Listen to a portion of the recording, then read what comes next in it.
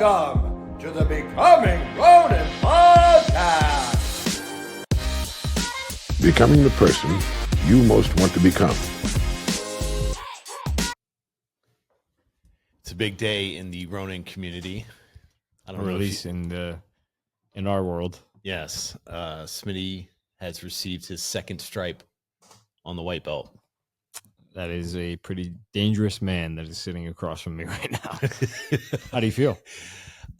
Same. I mean, it was, I think, hard earned. It's been a year and 3 or 4 months, and I've been consistently going, especially for the last 8 months, maybe 4 or 5 times a week. Yeah. And unfortunately it's an hour trip each way. So it's a huge commitment for me, but it was a good day. It was a black belt instructional day where 6 black belts came into our school, including the 2 Zach and Josh are in there. They gave instruction as well. So each black belt had 15, 20 minutes to go through a couple techniques. You were there for a bit, but then you had to cut out. And then we did belt promotions. So it was good. And it was, it's caused me a little bit of reflection because I was working so hard and so focused on getting another stripe that to your point, you've been a mentor for me in a way, because you're progressing into your blue belt, and you were telling me all along the way, focus on the journey and not so much on just getting the stripe, because the stripe it's not really reflective of your ability. I mean, it's a nice thing to get. It's a good road marker along the way, but essentially I don't want to take my eyes off me developing a deeper practice and getting better. So yeah, I know that some people are extremely externally motivated. Yes. But I think jiu-jitsu is more of an intrinsic path. It's one of the best things that one of our instructors said to me was, don't let anyone else change your jiu-jitsu.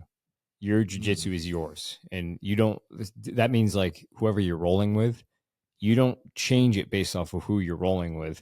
And I know there's obviously strategy involved, where there are going to be times where you might want to employ specific techniques. But the point being is, like, if you're facing someone that's better than you and you know that, and you change your jiu-jitsu in a way that becomes more defensive, that in and of itself might lose you the sparring match or the role, because it's the same with boxing. People get in their heads and they change their boxing based off of who they're fighting, which, again, I'm not saying don't have a strategy based off of your opponent. Right. I am saying don't let that person dictate the fight. Yeah. And I think when you are someone who is focused only on the stripe, it's a misplaced motivation of why you're doing it, in my opinion. At least that's what it means to me. I think that's the beauty of jiu-jitsu, is there's few sports that are as reliant on your own dedication to the craft. Yeah. I know what I'm saying sounds like it applies to every sport, but the jiu-jitsu is beautiful because it's one of the few things that you can do in terms of combat sports, or probably any sports, where you leave and you feel more at peace. Like I always say, like playing football and rugby and things like that, you leave, you're so jacked up, and it's like there's a benefit to that too. But jiu-jitsu is like you're just at complete peace, because when I leave, I know that I've gotten a little bit better. Yeah. I could go in there, and sometimes this is the case where I'll go in, and if I'm the worst one there and I get tapped every time, there's plenty of times where I leave feeling better than if I show up and there's a bunch of new people there. It's like, yeah. I mean, if you think about it, it's almost like, how do I want to say it? How did we call it with the ice bath? It's sort of like a voluntary suffering, but there is a lot of letting go, because if you try to combat the cold, you're never going to win. So you have to allow yourself to sit there in that. Yeah. It's a realization that you're not fighting the process. Right. Yeah. And, I had an epiphany too, when I was talking to Zach, where I was telling him, like, I'm constantly working to pass, or I'm constantly working to submit. And he said something like, your goal is to get in there and play. Mm. and you play your jujitsu. And to your point, there is a, you're feeling out what they're doing, right? And you're reacting to that. You're either meeting their force with force, or you're redirecting their force. So there is a play back and forth. There's an ebb and flow, and there's not so much, you don't want to crash your jujitsu where you're trying to force and force and force, because then you get blown out. You just get completely exhausted, and they can do whatever you want. I mean, it's kind of like, not to be too philosophical about it, but it's kind of like life in that way, where the more you try to force something to happen that's not meant to happen, the more you're going to find yourself burning out.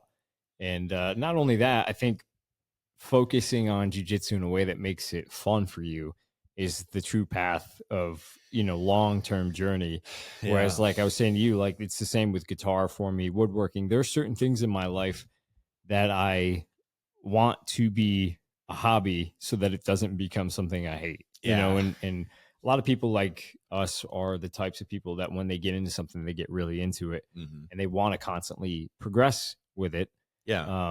But there is a time and a place to recognize, like, this is something that I enjoy doing. And the more I push and the more I focus on this one thing, it becomes a job, and it's like, like anything else, you could love it to the point where you hate it. Well, it's the same thing as me just driving to get that stripe. And then I get that stripe, and then I'm like, well, what's next? Well, I'm forgetting about like every class I went to 3 or 4 times a week for the last 8 months, where I was just getting slowly, incrementally better. I'm more relaxed when I'm rolling. I understand what position is. I know what they're trying to do, so I'm trying to do what I want to do. And there's a knowledge there that you slowly gain as a white belt, where you're not just flailing around. And I mean, I'm gonna take a little pride in saying, I was never a spazzy white belt. I was always methodical. But once you start understanding position and technique and all those different things, you slowly begin to relax, because then you've seen it before, you've been there before.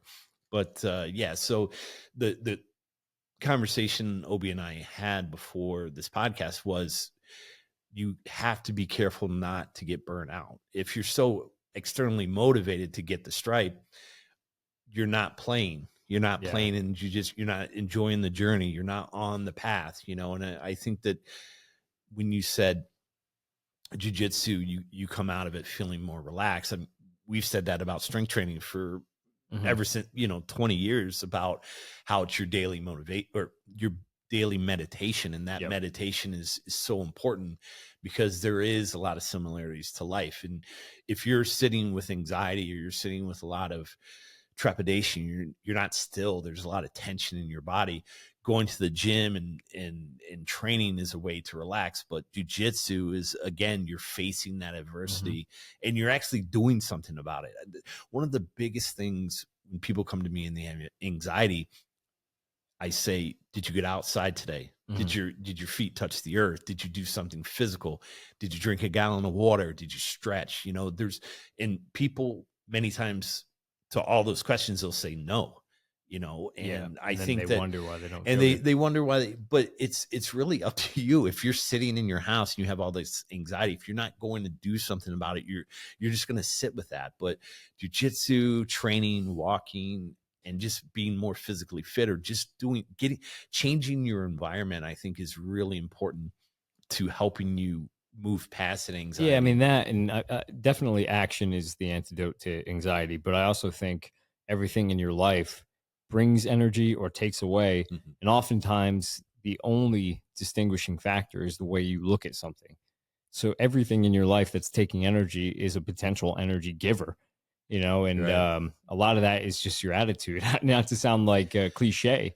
So what could someone, because you and I have both met a ton of people like that, where they don't have the ability to change their attitude. Like, how do we get them to see the things that? Oh, that's 100% your community. No doubt. Wow. The people you're around is 100%. It's inescapable. Holding you, You could think that you're able to be your own person, but if you are ever, like, Yeah, I mean, there's so many examples of this, but I see it with clients. I see the people who make progress over time. Right.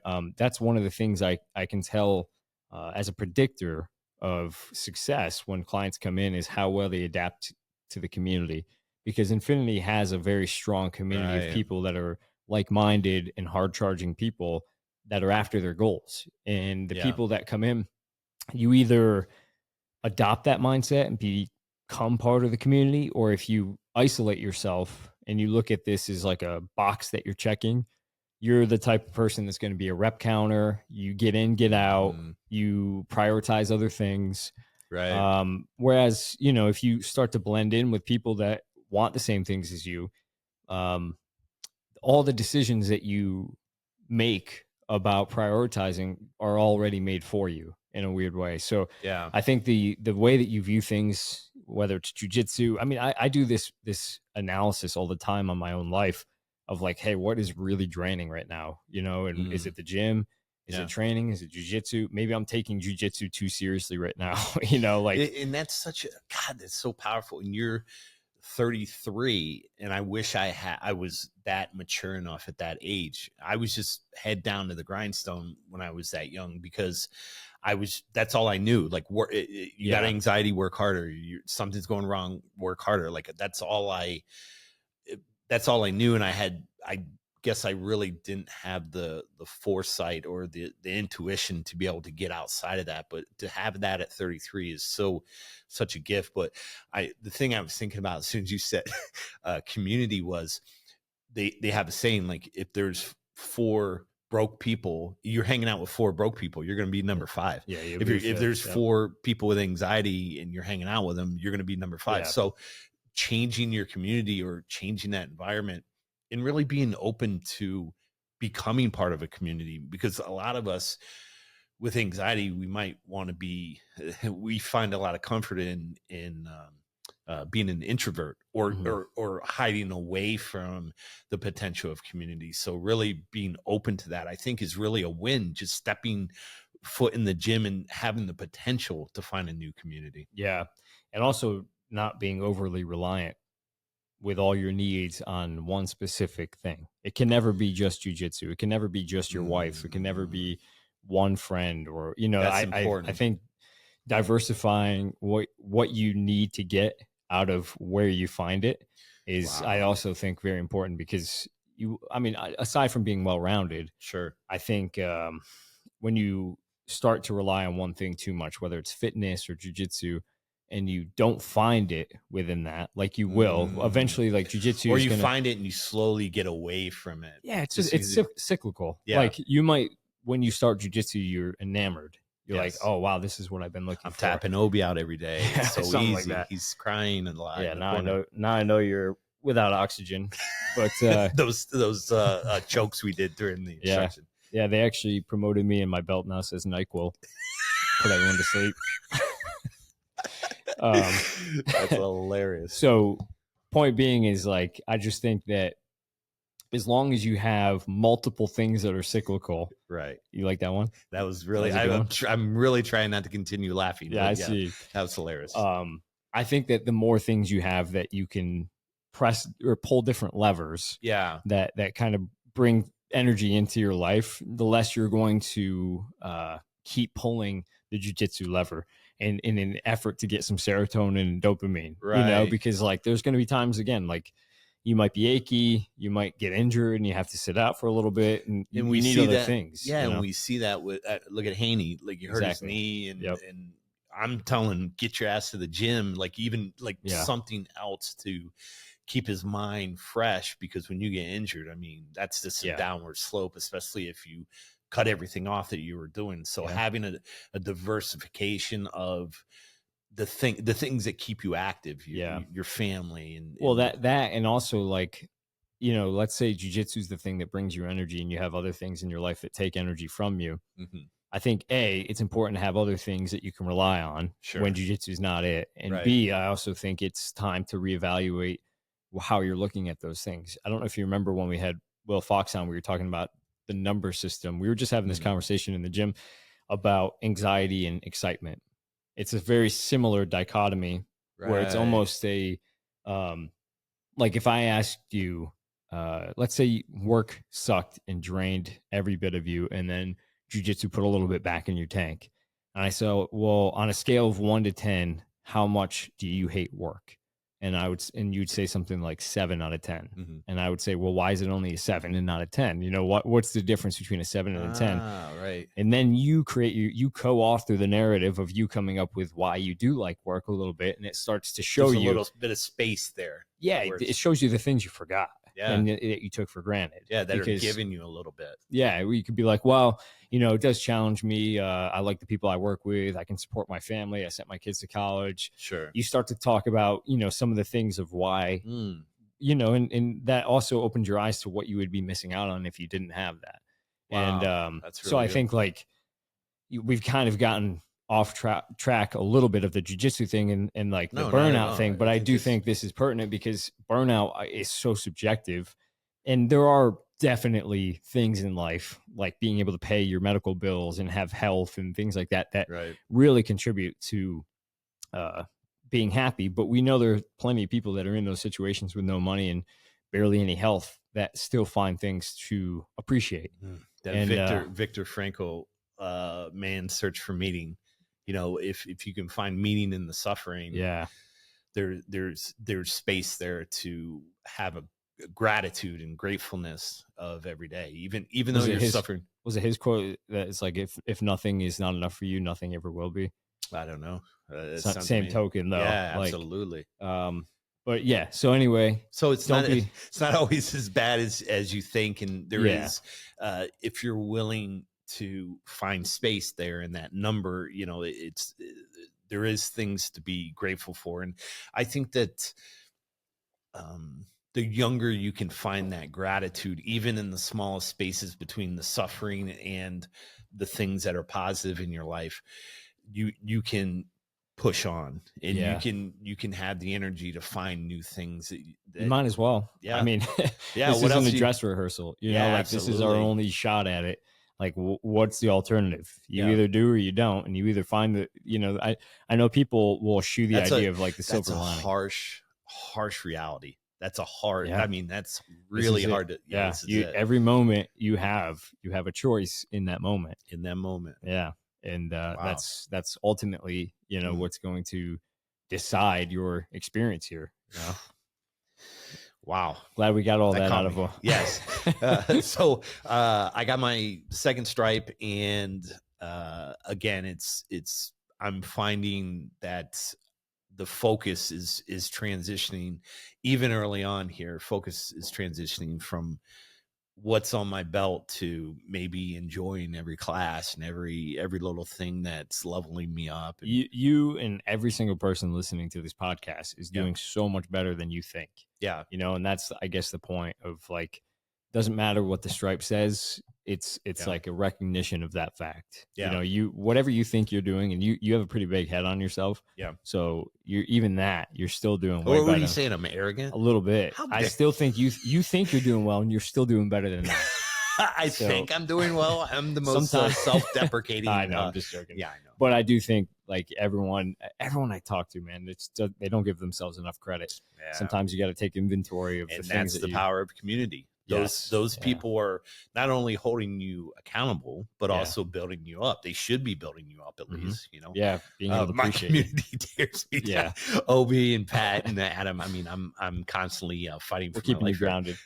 Yeah, under the ground. Yeah. But so we do have a fun episode today. We are going to shift gears and look at some popular YouTube videos. And I don't know if Obi had the idea or what, but we were thinking about searching for some fitness videos, sorting by popularity, view count, really. Popularity, and then figuring out watching those and maybe commenting on them. Yeah, I mean, the idea came to me when a lot of you guys send us videos to see what we think about things.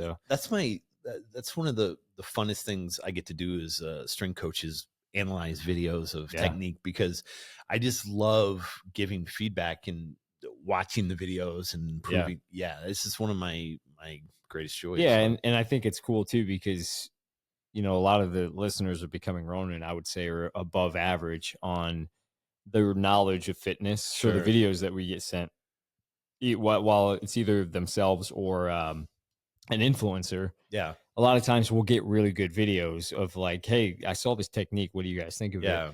And it opens our eyes to a lot of cool videos. And we have, Sure. 5 here? Yeah. 5 videos. So we will play the first one, which is one that Smitty sent me, Jay Cutler bench press. Let's see here. Yeah. So I do follow a lot of old school bodybuilders, and I'm very intrigued by how they train, because there's so many differences between these high level bodybuilders. Like if you look at the training of Jay Cutler, That's true. Yeah. and Ronnie Coleman versus Lee Priest, and the things I always loved about Lee Priest and Jay Cutler was that they always focused not on the weight they were moving, which is like contrary to Ronnie Coleman. They always focused on technique and squeezing the muscle. And if you think about it, there's 2 different things in bodybuilding that most people don't think about, because we're always so focused on strength training. So strength training, we always say, you know, full range of motion, and, you know, all the way down, lock out the weight. And when you're thinking about heavy weights, that's important to do, because you want to save your joint health. You want to make sure that the technique is clean.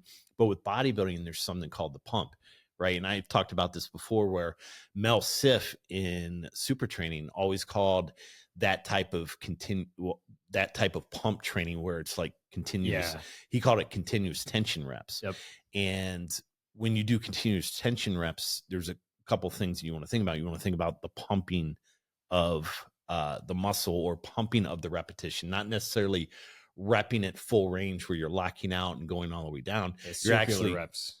Circular reps where you're in the mid range. And when I always talk to my guys, I always say like 25% before the bottom position and 75% before the lockout. Yeah. So there's the pump, and then there's the squeeze, right? So with bodybuilding, the pump and the squeeze, and then you go to strength training, it's full range of motion. So you want to have that kind of mindset when you start looking at some of these old school bodybuilders. But Jay Cutler was a guy that never thought about weight on the bar, but he always thought about the pump and the squeeze.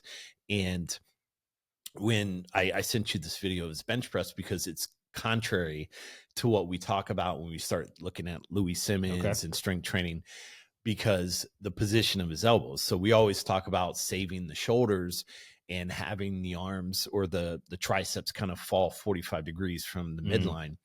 And that's a good power position, because you're having sort of an equal contribution of the chest and the triceps trying to lock this weight out.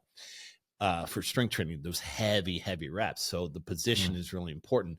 Chest up, meeting the bar with your chest, all those different things. But Jay Cutler was, let me lower the weight. I'm going to rotate my elbows out, because he wants more of the contribution from the chest, because he's doing a ton of isolation work for the triceps. So his technique wasn't necessarily to save the shoulders, but to his technique, he wasn't using the same amount of weights as Right, of course. Yeah. So his goal was just to put all the tension on the chest. So that's where this video came from. And I wanted to show it to you, because it is sort of the anti-powerlifting technique. Right. Let's take a look.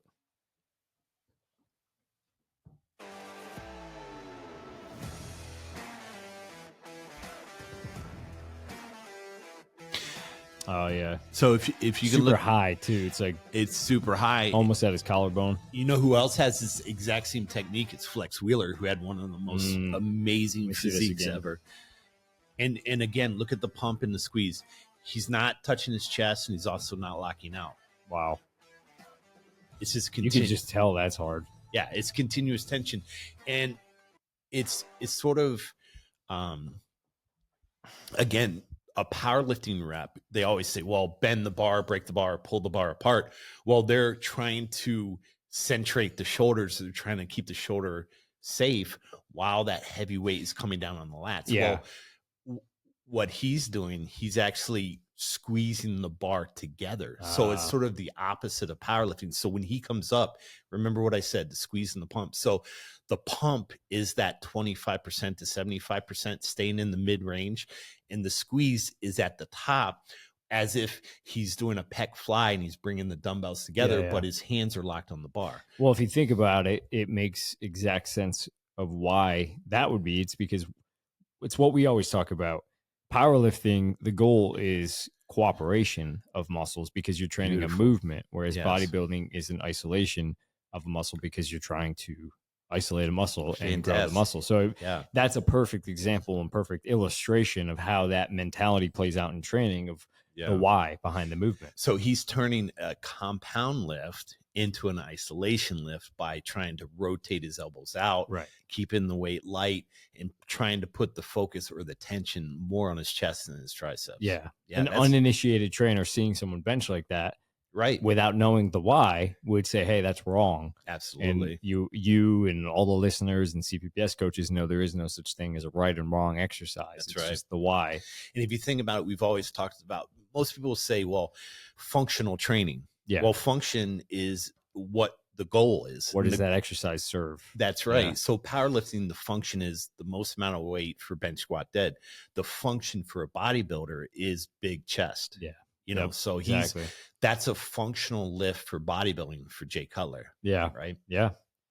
Next one, you have Lee Priest lat pull down. Yes. You want to make a comment? You want to? Well, Lee Priest is, he's one of my favorite bodybuilders. He's short. He's huge muscle bellies. He's just amazing arms. He's when you think 90s bodybuilding, you think Lee Priest, but I really liked him because, again, he was always talking about not using the heaviest weight, and he's always focused on form. If you see one of the most elegant things I've ever seen is Lee Priest doing dumbbell bench press, because it's so clean. It's down, and he was a little different than Jay Cutler because Lee Priest, just like Jay Cutler, was always worried about pec tears. And if you think about all of powerlifters and moving around those heavy weights, there's such a propensity for tearing your pec. And I don't even know if I've ever seen Lee Priest do a barbell bench. So he was more dumbbells, but both of those guys were so focused on not tearing their pecs. So when Lee Priest did dumbbells, he did more of a full range where he would touch the dumbbell in his armpit. And when he locked out, you could just see, like, not only the chest contracting, but his triceps locking out. So very intentional, very intentional movement. But well, it's funny because the one thing that came to mind when you were talking about Jay Cutler is that he missed the stretch. You know, there's like the stretch, the pump, and the contraction. Yes. And it seems like a lot of bodybuilders, and as we talked about the science of the elongation of the muscle and training it in the stretched position, there's a huge benefit to muscle growth. Sure. All right, here goes.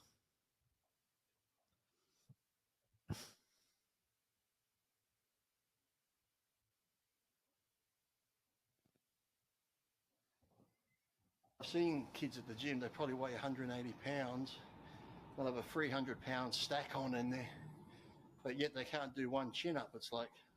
Well, that's one thing. We're like, because say a machine's got a 115 kilo stack. Oh, that won't be enough. I know. And that's the thing too. I've actually been watching a lot of podcasts lately, and some of the pros now who are in the Olympia have been talking about how they've changed their back training, because before it was all about just lifting the weight.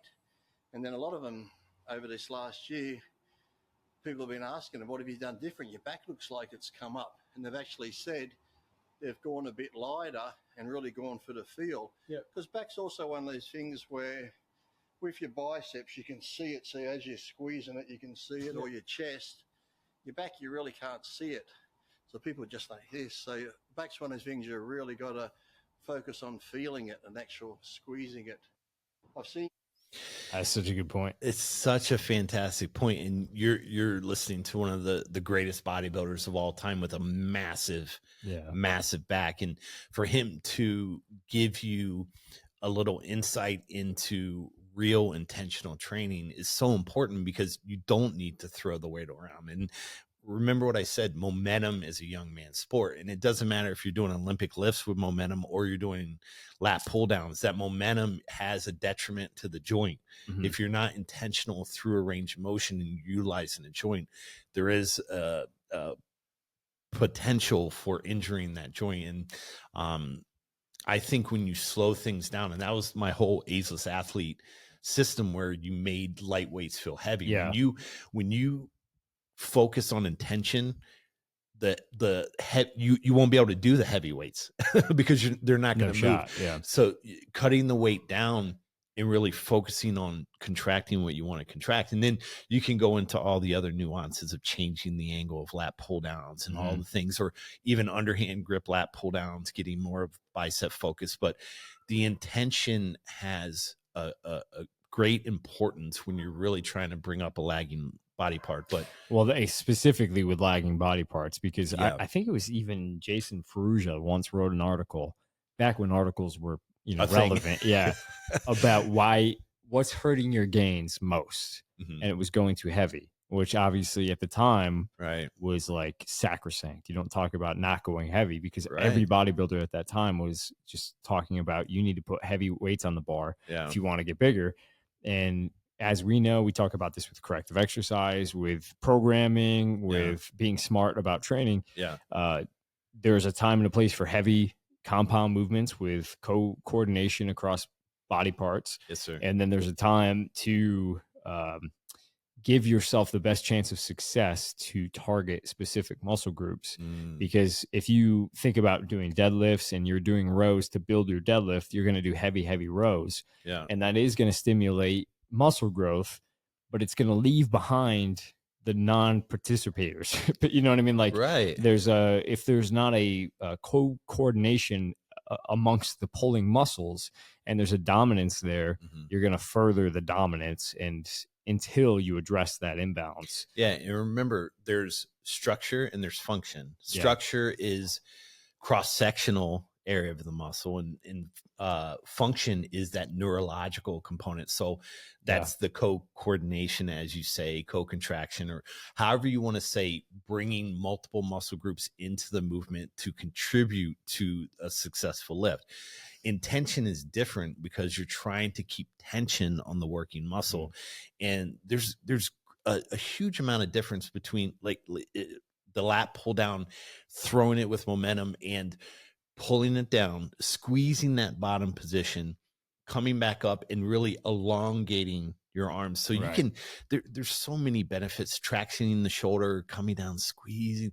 But, and if you think about it too, I say this to my guys all the time, what's the range of motion that's most often forgotten for lat pull down? It's that last 2 to 3 inches where the bar meets the chest, and no one trains that. They'll do a lat pull down, maybe to their arms get to 90.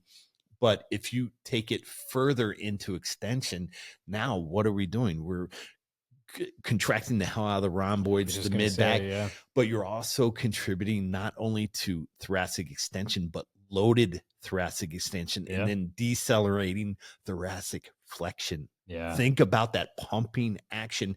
And so all those things, there's so many benefits to having intention as a complement, maybe, to the heavy strength training. And you don't also, you want to take into account that for every, let's say, 2 inches of range of motion, there's probably a different exercise that's more appropriate for that specific range of motion. Sure. Which is the benefit of variety in your programming, because you don't want to rely on a heavy lat pull down or a heavy chin up or just a body weight pull up, for that matter, to stimulate effectively all of the muscles along the road of that range of motion. I mean, that's bodybuilders have variety in their program, and it's just attacking every different angle.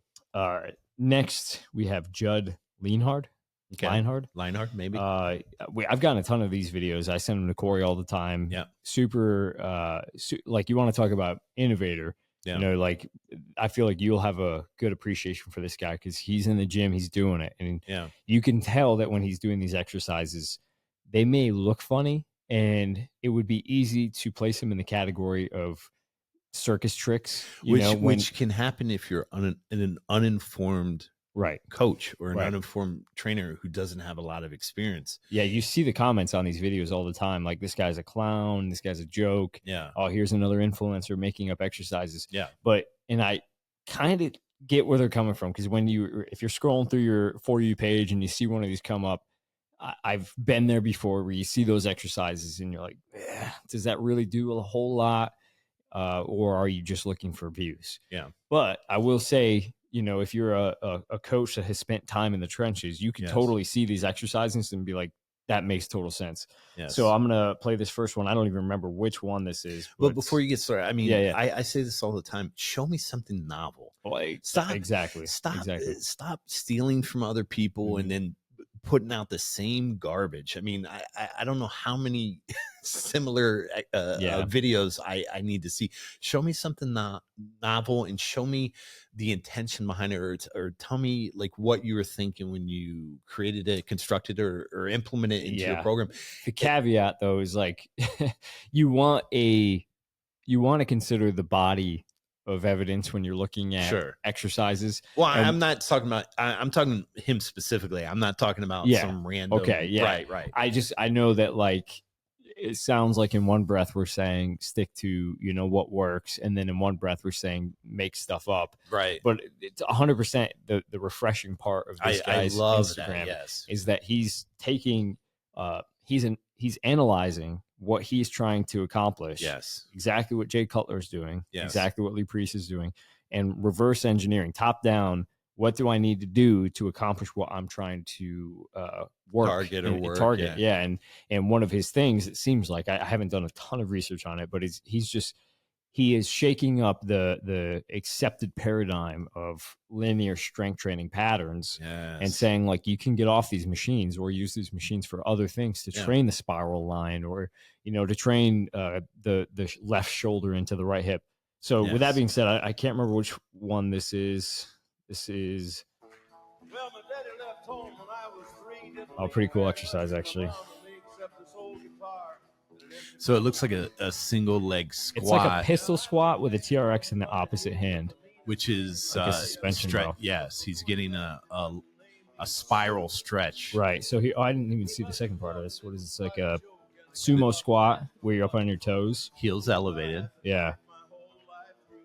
I can't tell because of the caption if he's dropping his heels. I don't think he's not dropping his heels. Okay, so he's staying up on his toes doing a squat using the TRX suspension straps at about waist height just to create some downward tension so it's not a balance exercise. But then a sissy squat. Yeah. Of course that's good. And the dude's jacked too, so automatically that earns him something. Yeah, he's doing sissy squats with the TRX. And the thing too is his training is very broad, where it's not always about heavy weight. He's trying to find small. So he's got. Sorry to cut you off. He's got a lunge into a RDL. I mean, into like a Cossack-y type. Yeah, this is just a flow, and I think his whole philosophy is to disrupt, like we always talk about. You got your hard work, you got your soft work, and then there's coordination. If you didn't have jiu-jitsu, if you didn't have something that's testing that coordination and just random movement. Obviously, I'm talking to the guy who wrote the book on chaos, but the last one, I don't know. Like I do find there is a line where people will try to accomplish too much with an exercise, and it's almost too non-specific. Yeah. But the thing, what I see when I see him training is he's finding pieces that aren't normally trained, and he's trying to put tension into that area, or he's using strength to help his movement. Movement is what I was going to say. That it's like, strength obviously is a perishable adaptation, and movement is a perishable skill. Yes. So whether it's dancing or jiu-jitsu or boxing or a sport of some sort that challenges your coordination, he's replicating movement training in the gym. And you're gonna see a lot of people call it floating heel nowadays. This is where you do some type of lower body exercise where the heel is off the ground and only the toes are touching. This is old school stuff from Cal Dietz. Oh, is it? Yeah, Cal Dietz called it spring ankle. And I actually wrote about it in my last book, but spring ankle, Cal loved it just because of the application of thinking about stabilizing the ankle, knee, and hip complex together while the heel is elevated. So there's a lot of like you said, balance and coordination, but neural drive to that ankle. And Cal started implementing these things, not only with normal, like lower body lunge variations and goblet squat variations, but he started doing isometrics with it, long duration isometrics. And what you'll find when you start doing spring ankle, what I call it spring ankle just because that's where I learned it, but you'll see the athletes as they fatigue, not only physiologically, but neurologically, they start tremoring. That tremor is what Cal was trying to get to try to develop that ability for longer duration stability. And all this stuff is, there's novelty to it, but it has been around a while. Well, and you can also justify why spring ankle would work, because training the knee or ankle training with a bent knee makes a lot of sense, because most sports take place in that position. That's right. So there's, excuse me, there's a positional application, and we know that strength and mobility is joint ankle specific. So why wouldn't we prepare the joints to accommodate the positions they're going to see on the field? Yeah. And what you'll find with a lot of spring ankle applications for bilateral stuff like squats, you'll find that knee flexion is developed to a greater extent, because that knee has to travel out further, and you're not limited by tight dorsiflexion. You know what I mean? So there's all these, I could write a bullet point list of spring ankle, but seeing Judd use that in his training, and I love it. The first exercise is cool too, because we talk a lot about the co-coordination of the hip to the shoulder, and that first row into like a hip extension movement, like a glute bridge with a row. We've done things similar with like a hip press row out of the ring row position, and you're doing a glute bridge at the same time. And when you contract everything behind you, it feels like it all contracts to a much higher degree. So like great. Superman, like prone stuff. That's why I feel like prone stuff works, because you're contracting the QLs and the posterior chain and into the upper back. Yeah, that's a very interesting point. Yeah, because many times we talk about like training all the show muscles, but then everyone forgets the go muscles. But to your point, when you train the go muscles, that entire posterior line, you really can get a sense of coordination and contraction, like that powerful thing. One of our duration, or not duration, but durability movements, we talk about this all the time, is 2 minutes on back extension. And what you do is you just put a stopwatch in front of you, set up in the back extension, and just hold it. And you could do this for crazy stuff like glute ham raises too, which it's very tough. But back extension durability test is 2 minutes in that extended position, just holding it. But that's one of our tests for, hey, we're decreasing our potential for injury. But also, I've never thought about it that way, but contracting that whole posterior line, you really understand what that coordination is when you start setting up in that position, because as those motor units drop off, you're really fighting to keep that position. And position is it's just one of the indicators. But like, think about trying to contract your bicep as hard as you can without contracting your forearm muscles or your shoulder. That's right. So it's going to be a very weak contraction. That's right. So similarly, go ahead and try to squeeze your glutes without your hamstrings and lower back. Right. You should be able to. Right. You should have the volition to contract that muscle in isolation. But if you're trying to actually get a training effect, you want to do the opposite, because you're going to get a much more intense contraction.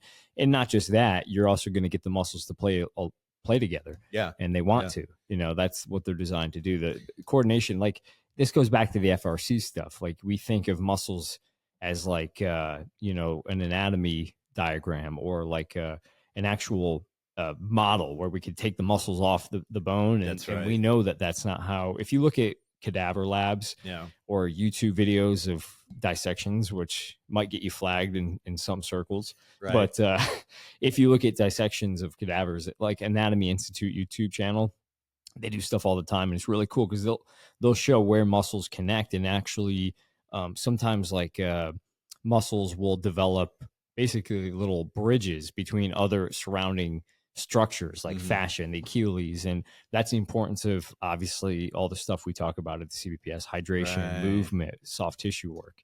That's a fantastic point, because under a microscope, it's all homogeneous. It's all uniform. It's bone becomes tendon, tendon becomes muscle, muscle becomes fascia. It's just this transition between substrate, but it's all uniform. It's a differentiation of how cells, produce other cells, but it's all the same stuff. It's all the same stuff. There's not that division between muscle and fascia. It's all uniform. All right, now we got Tom Platt's How to Squat. Yes, the quad father. Tom Platz has go down in the squat. Best thing to do is to get deep breath on the way down.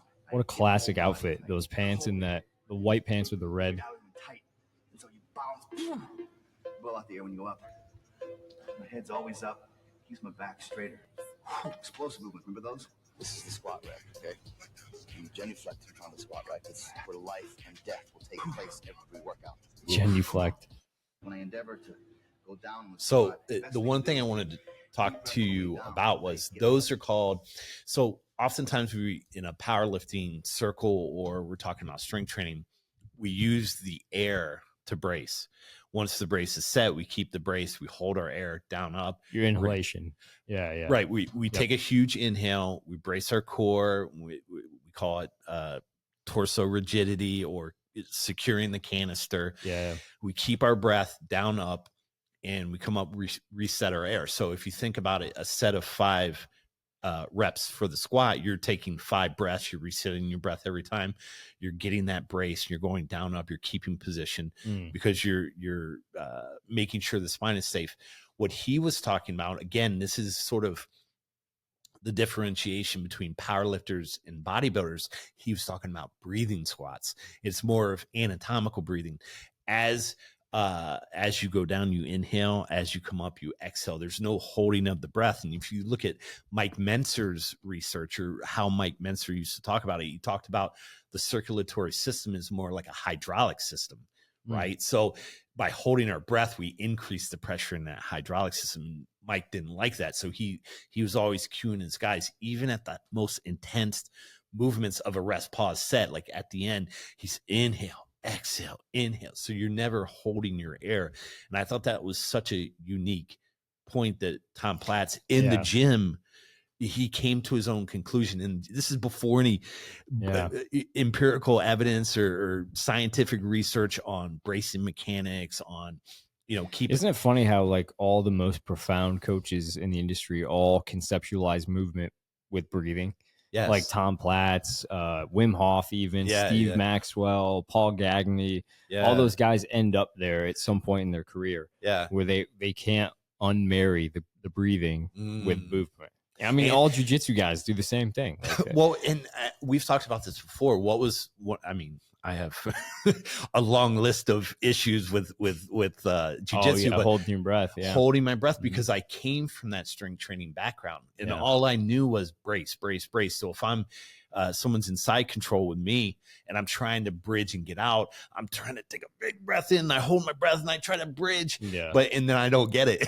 I'm right back down, and I'm just so out of breath because I'm not relaxed. I'm not breathing into the movement. I'm not finding those spaces and finding a space to maybe get. And jiu-jitsu is the balance of opposites: the inhale, the exhale, the masculine and the female, and the push, the pull. That's right. And but if you're holding your breath, you're just completely disrupting the balance. But that was all I knew. If I was going to go for a big effort, like bridging out of side control, I knew to hold my breath. And you know what the funny part is? It was just intrinsic.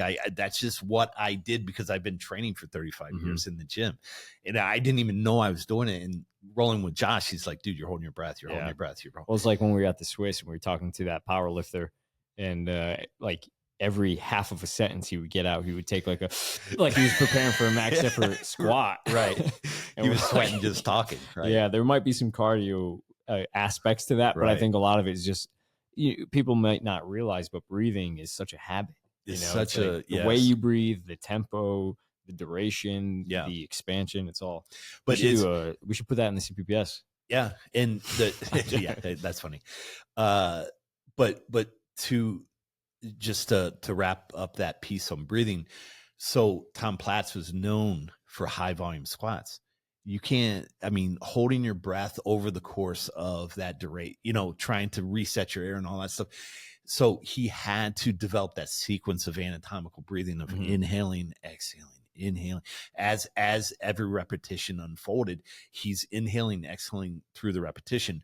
Powerlifters have sets of 1 to 5, right? So they don't have that requirement of long duration, because that breathing becomes labored as that lactic acid starts coming in about 40 seconds into the set, So we never meet on a strength training level those low volume sets. We never meet that lactic acid, so we can hold our breath. We can be very clean and very precise with our breathing for every repetition, because we're only doing a set of 3. Yeah, it's funny you say that. Like when I started doing all the HRV and the metronome push-ups, that was one of the ways I laid out the push-ups, was do push-ups until you can't stay on tempo with your breath. So inhale on the exhale on the way up and inhale on the way down. Yes. And eventually either your breathing is going to get out of sync because you're not an efficient respirator, or you're going to fatigue because you don't have the endurance yet. Right. So or you don't have the CO2 tolerance, right? Right. That's a piece of the endurance puzzle. Sure. So the beauty of that is it doesn't matter what it is, it's going to improve, and it's also going to allow you to focus on the things that will directly improve it. Yes. So absolutely. Was there something else you had to finish up on? No, that was it. All right. So last video we have is back to Judd. Okay. And he has a pretty cool QL video, which is, I put this one in here because I was like, well, we'll watch the video and we can talk about it after, because I'm interested to see if you'll recognize the same things I thought were cool about it. But also I'm like, who's putting out QL training videos? So like no one's like, this is QL day. I'm going to do again. When I was first introduced to Judd and I was looking at some of his videos, like that was, again, there's novelty, but there's also direct application. There's a method to the madness. It's not just novelty for the sake of novelty. There's some underlying target that he's trying to develop. And I think targeting things in this manner is you're cleaning up the pieces. You're cleaning up restrictions. You're cleaning up weaknesses. You're improving potential for movement or range of motion, even with the bigger lifts. So the way I see his type of training is all supplemental, because it's not max effort, right? So it's a complement to traditional strength training, which is, I think, when I wrote Chaos, it was like, there's this whole space, this whole arsenal of exercises we can develop that complements what we want to do with the heavy strength training. Yeah. It's like, I know